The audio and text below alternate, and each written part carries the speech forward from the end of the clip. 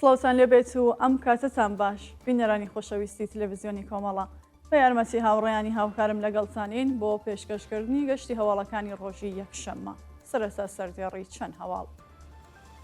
یانەدەستانی کرێکارێک لە مەریوان، سەپاندنی سزای زیندان بەسەر موعەللمێکی کورد لە خۆراسانی شۆمالی، کۆچی دوایی دایکی پێشمەرگەیەکی گیانبەختکردووی کۆمەڵا لە دیواندەرە، ئازادی ئەمیر محەممەدخانی لە زیندانی دیواندەرە، خۆپێشاندانی ژنانی حەسەکە و کۆرزانی دەرەوەی وڵات بۆ پشتیوانی لە قەسەدا، دیجاری بەندکراوانی سیاسی پێشوو چالاکانی مەدەنی لەگەڵ بنەماڵی سیامەک ئێبراهیمی، دەرهێنانی ساڵانە 1 تۆن زێڕ و زیو لە معدەنی تەفتان و هەژاری خەڵکی بەلوچستان، دابەزینی 50% ئاستی وەبەرهێنان لە ئێران، سەپاندنی دووبارەی حکومی عەدام بەسەر موجاهێد گورگور، سەپاندنی حکمی زیندان بەسەر دوو چالاکی مەدەنی لە شیراز و تاران و خۆپێشاندانی هەزاران کەسی دژ بە ئەردۆغان لە ئەنکەرە.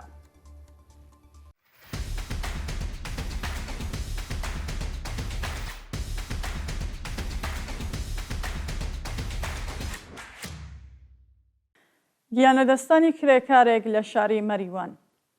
شەوی شەممە هەفتی بەفرامبار کرێکارێکی خەڵکی گوندی گۆگجێ سەر بە ناوچەی سەرشیوی مەریوان بە ناوی مۆبین دارایی تەمەن 30 ساڵ بەهۆی نەبوونی منی شوێنی کارگیانی لەدەستا. بەپێ هەواڵی گەیشتوو مۆبین دارایی پیشەی کرێکاری بیناسازی بووە و لە کاتی کارکردندا بەهۆی نەبوونی منی شوێنی کار و بەربوونەوە لە بەرزای گیانی لەدەستاوە. نەبوونی منی شوێنی کار ساڵانە دەبێتە هۆی قوربانی بوونی دەیانی کرێکار لە ئێران.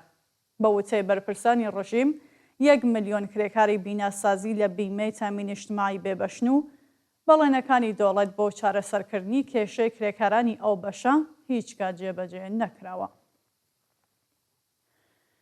سەپاندنی سزای زیندان بەسەر موعەللمێکی کورد لە خۆراسانی شۆمالی. حسێن واحدی بازرەسی ئەنجومەنی سنفی فەرهەنگیانی خۆراسانی شۆمالی لەلایەن دەستگای قەزای ڕژیمەوە بە 1 ساڵ زیندان مەحکوم کرا. بە پێڕاپۆرتی شۆرای هەواهەنگی ڕێکخراوە سنفیەکانی فەرهەنگیانی ئێران، دادگای ئینقلابی بۆ جنورد ئەو چالاکە سنفیەی بە تۆمەتی تەبلیغ دژی نیزام بە 1 ساڵ زیندان مەحکوم کردووە. شۆرای هەواهەنگی ڕێکخراوە سنفیەکانی فەرهەنگیانی ئێران وێڕای شەرمەزارکردنی ئەو حکومە خوازیاری کۆتایی هێنان بە سیاسەتی سەرکوت و ئازادی هەموو چالاکانی سنفی و کرێکاری بوو. کۆچی دوایی دایکی پێشمەرگەیەکی گیانبەختکردووی کۆمەڵا لە شاری دیواندەرە. بەپێ هەواڵی گەیشتوو لە ڕۆژانی ڕابردوودا دایە فاتمە فەرەجی دایکی پێشمەرگەیەکی گیانبەختکردووی ڕیزەکانی کۆمەڵا بە ناوی یەدێ کانیچای پێشمەرگەی گورزانی کاوە ماڵاوایی لە ژیان کردووە. دایە فاتمە ژنێکی تێکۆشەری خەڵکی گوندی کانیچای سەر بە شاری دیواندەرە بوو کە ڕۆڵێکی قارەمانی لە ڕیزی پێشمەرگەکانی گورزانی کاوە گیانی لە پێناو ئازادی و بەرابەریدا بەخت کرد. لەلایەن کۆمەڵە و حەزبی کۆمۆنیستی ئێرانەوە سەرخۆشی خۆمان ئاراستەی بنەماڵی ئازیز و هەموو دۆستان و کەسوکاری لە ناوچەی کانیچای و شاری دیواندەرە دەکەین و یادی ڕۆڵە قارەمانەکەی و هەموو گیانبەختکردوانی ڕێگای سۆسیالیزم بەرز ڕادەگرێت. ئازادی ئەمیر محەممەدخانی لە زیندانی دیواندەرە. ڕۆژی شەممە هەفتی بەفرامبار ئەمیر محەممەدخانی بەندکراوی سیاسی خەڵکی دیواندەرە پاش 28 ڕۆژ بەدانانی وەسێقا لە زیندانی ئەو شارە ئازاد کرا.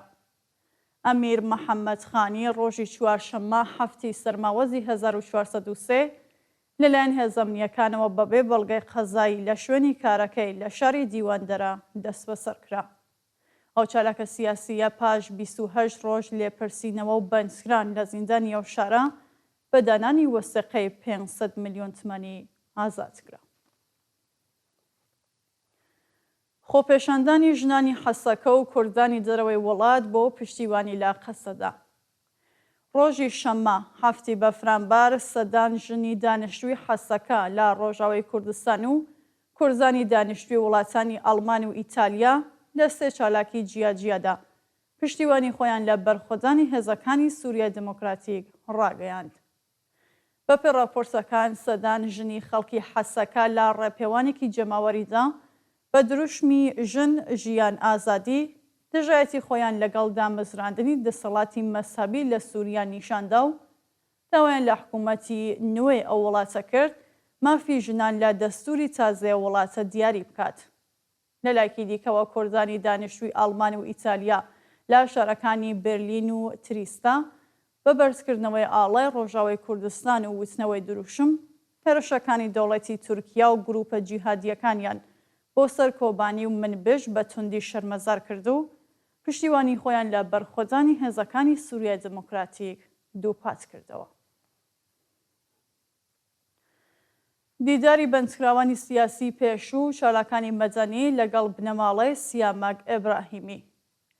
ڕۆژی شەممە هەفتی بەفرامبار کۆمەڵێک لە بەندکراوانی سیاسی پێشوو چالاکانی مەدەنی ساران سەردانی بنەماڵەی سیامەک ئێبراهیمی بەندکراوی کۆمۆنیستی خەڵکی تەرانیان کرد.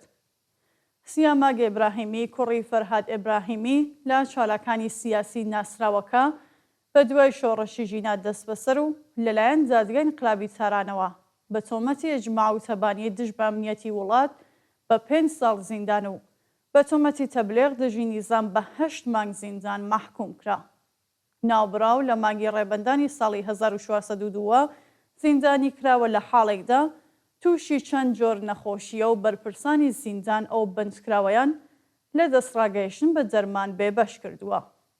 سیامەک ئێبراهیمی هونەرمەندێکی چەپگەرایە کە ناسراوترین بەرهەمی گۆرانی ئایریلیق و لەم دوایەنەشدا شانۆیەکی بەناوی معرەکە لە معرەکە لە بەندی چواری زیندانی ئێڤین بەڕێوە بردبوو.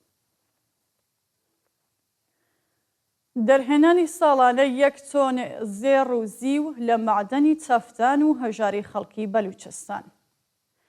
جەواد ماهر بەڕێوەبەری شرکەتی زێڕی سەدر لە کانگای تەفتان ڕۆژی شەممە هەفتی بەفرامبار ڕاگەیان ساڵانە 1000 کیلۆگرام زێڕ و زیو لەو معدەنە بەرهەم دێت و زۆربەی کارمەندانی شرکەت خەڵکی بوومی پارێزگای سیستان و بەلوچستانن. وتەکانی ئەو بەرپرسە دەوڵەتیە لە حاڵێکدایەکە خەڵکی گوندەکانی دۆروبەری معدەنی تەفتان زیاتر لە 1 ساڵە لە ئازداگیرکردنی زەویەکانیان لەلایەن شرکەتی سەدرەوە ناڕزایەتی دەرەبڕن، بەڵام وەڵامیان تەنیا زیندان و سەرکوت بووە.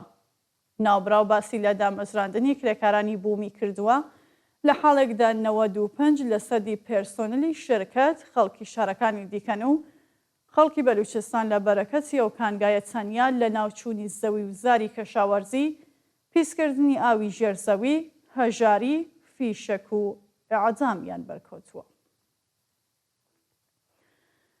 دابەزینی 50% ئاستی وەبەرهێنان لە ئێران.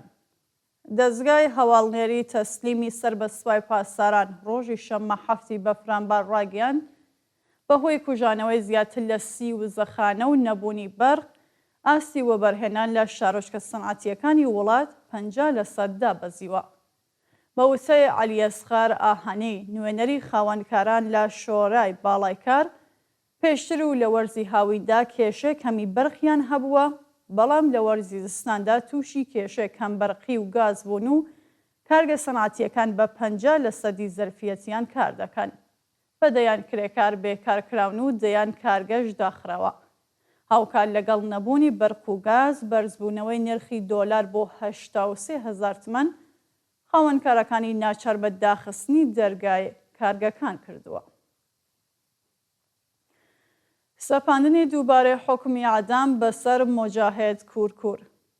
ڕۆژی شەممە هەفتی بەفرامباری 1403 دادگای انقلابی ئەهواز بۆ جاری دووهەم حکمی سێدارێ بەسەر مۆجاهێد کورکور چالاکی سیاسی بەندکراودا سەپاند. مۆجاهێد کورکور بە تۆمەتی ساختەی کوشتنی ناڕازیان لەوانە کیان پیرفەلەک لە شاری ئیزە و لە سەردەمی شۆڕشی ژینا دەست بەسەر و بە ئەعدام مەحکوم کرا. هەرچەند بنەماڵەی پیرفەلەک چەند جار ڕایگەیاندبوو کە مۆجاهێد کورکور بێتاوانە و بە چاوی خۆیان بینیویانە هێزەکانی حکوومەت تەقەیان لە خەڵک و ئۆتۆمۆبیلەکەیان کردووە، بەڵام دەستگای گەندەڵی قەزایی کۆماری ئیسلامی بایەخی بە وتەی بنەماڵەی پیرفەلەک نەداوە و ئێستا دەیەوێت بێتاوانێکی دیکە لە سێدارە بدات. بە پێی ئاماری ڕێکخراوەکانی مافی مرۆڤ لە ساڵی 2024 زاینیدا 883 بەندکراو لە زیندانەکانی ئێران لە سێدارەدراون. سەپاندنی حکمی زیندان بەسەر 2 چالاکی مەدەنی لە شیراز و تاران. لە ڕۆژانی ڕابردوودا 2 چالاکی مەدەنی بناوەکانی تاهێرە نەورۆزی و سەجاد سادقی لەلایەن دەستگای قەزای ڕژیمەوە سەرجەم بە 6 ساڵ و نیو زیندان مەحکوم کراون. بەپێ ڕاپۆرسەکان دادگای پێداچوونەوەی شیراز تاهێرە نەورۆزی شارۆمەندی بەهای خەڵکیەوە شارەی بە تۆمەتی تەبلیغ دژی نیزام بە 1 ساڵ زیندانی تەعزیری مەحکوم کردووە. لەلاکی دیکەوە سەجاد سادقی خوێندکاری زانکۆ و پێشکەشکاری پێشووی ڕادوێتاران لەلایەن دادگای ئینقلابیە شارەوە بە تۆمەتی ئیجماع و تەبانی دژ بە ئەمنیەتی وڵات و تەبلیغ دژی نیزام بە 5 ساڵ و نێو زیندان مەحکوم کردووە. خۆپێشاندانی هەزاران کەسی دژ بە ئەردۆغان لە ئەنکەرا. ڕۆژی شەممە هەفتی بەفرانباری 1403 هەزاران چالاکی سیاسی، کرێکاری و مەدەنی لە مەیدانی تۆندۆغانی ئەنکەرا کۆبوونەوە و دژ بە حکوومەتی ئەردۆغان دروشمیان بەرز کردەوە. ئەو خۆپێشاندانە کە لە لەژێر ناوی یەکگرتووی هاونیشتیمانیان سازکرا بوو بە دروشمەکانی چیتر بەسە کاتی یەکڕیزی هاتووە، ئێمە خوازیاری دەست لە کارکێشانەوەی حکوومەتین و دادپەروەری و عەداڵەتمان دەوێت لە مەیدانی تۆردوغانی شاری ئەنکەرا بەڕێوەچووە و هەزاران کرێکار چالاکی سیاسی و مەدەنی تیادا بەشداریان کردووە. بەشداربووان دژ بە سیاسەتەکانی ئەردۆغان دروشمیان بەرز کردووەتەوە و خوازیاری دەست لە کارکێشانەوەی حکوومەت بۆ چارەسەری قێرانەکانی وڵاتە بوون. هاوکات لە شارەکانی ئیستانبوڵ، ئەنکەرا و ئێزمیر سەدان چالاکی سیاسی کۆبوونەوە و خوازیاری ئازادی هەموو بەندکراوانی سیاسی بوون و سەرکۆزگەریەکانی حکوومەتی ئەردۆغانیان بە توندی شەرمەزار کردووە. ڕێپێوانی خەڵکی ئیسرائیل دژبان نێتانیاهو. ڕۆژی شەممە هەفتی بەفرانبار سەدان شارۆمەندی ئیسرائیلی لە شاری تێل‌ئاڤیڤ کۆبوونەوە و دژ بە سیاسەتەکانی نێتانیاهو دروشمیان بەرز کردەوە. بەشداربوونی ئەو چالاکیە خوازیاری ڕاگەیاندنی ئاگربەست لەگەڵ حەماس، کۆتایی هێنان بە شەڕ، ئازادی دیلەکانی دەستی حەماس و دەست لە کارکێشانەوەی نێتانیاهو بوون. هاوکات لە کەرتی غەزا بارانێکی زۆر باریوە و خێوەتی ئاوارەکان ئاوبردوویە.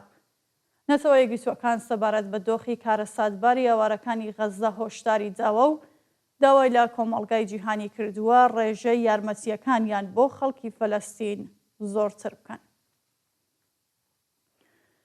گیان لەدەستانی 181 کەس بەهۆی کۆچنە خوارەوەی فڕۆکە لە کۆرەی جنوبی. بەیانی یەکشەممە هەشتی بەفرانبار فڕۆکەیەکی مسافربەری لە کۆرەی جنوبی کەوتە خوارەوە و لە ئەنجامی ئەو ڕووزاوەدا 181 کەس گیانیان لەدەستا و تەنیا 2 کەس ڕزگاریان بوو. بە وتەی بەرپرسانی دەوڵەتی کۆرەی جنوبی ئەو فڕۆکەیە لە تایلەندەوە بۆ شاری موان لە کۆرەی جنوبی بەڕێکەوتووە و بەهۆی لە کارکەوتنی یەکێک لە ماتۆڕەکانی کەوتوتە خوارەوە. فڕۆکەکە سەرجەم 175 مسافر و 6 خەدەمەی بووە و تەنیا 2 کەس ڕزگاریان بووە.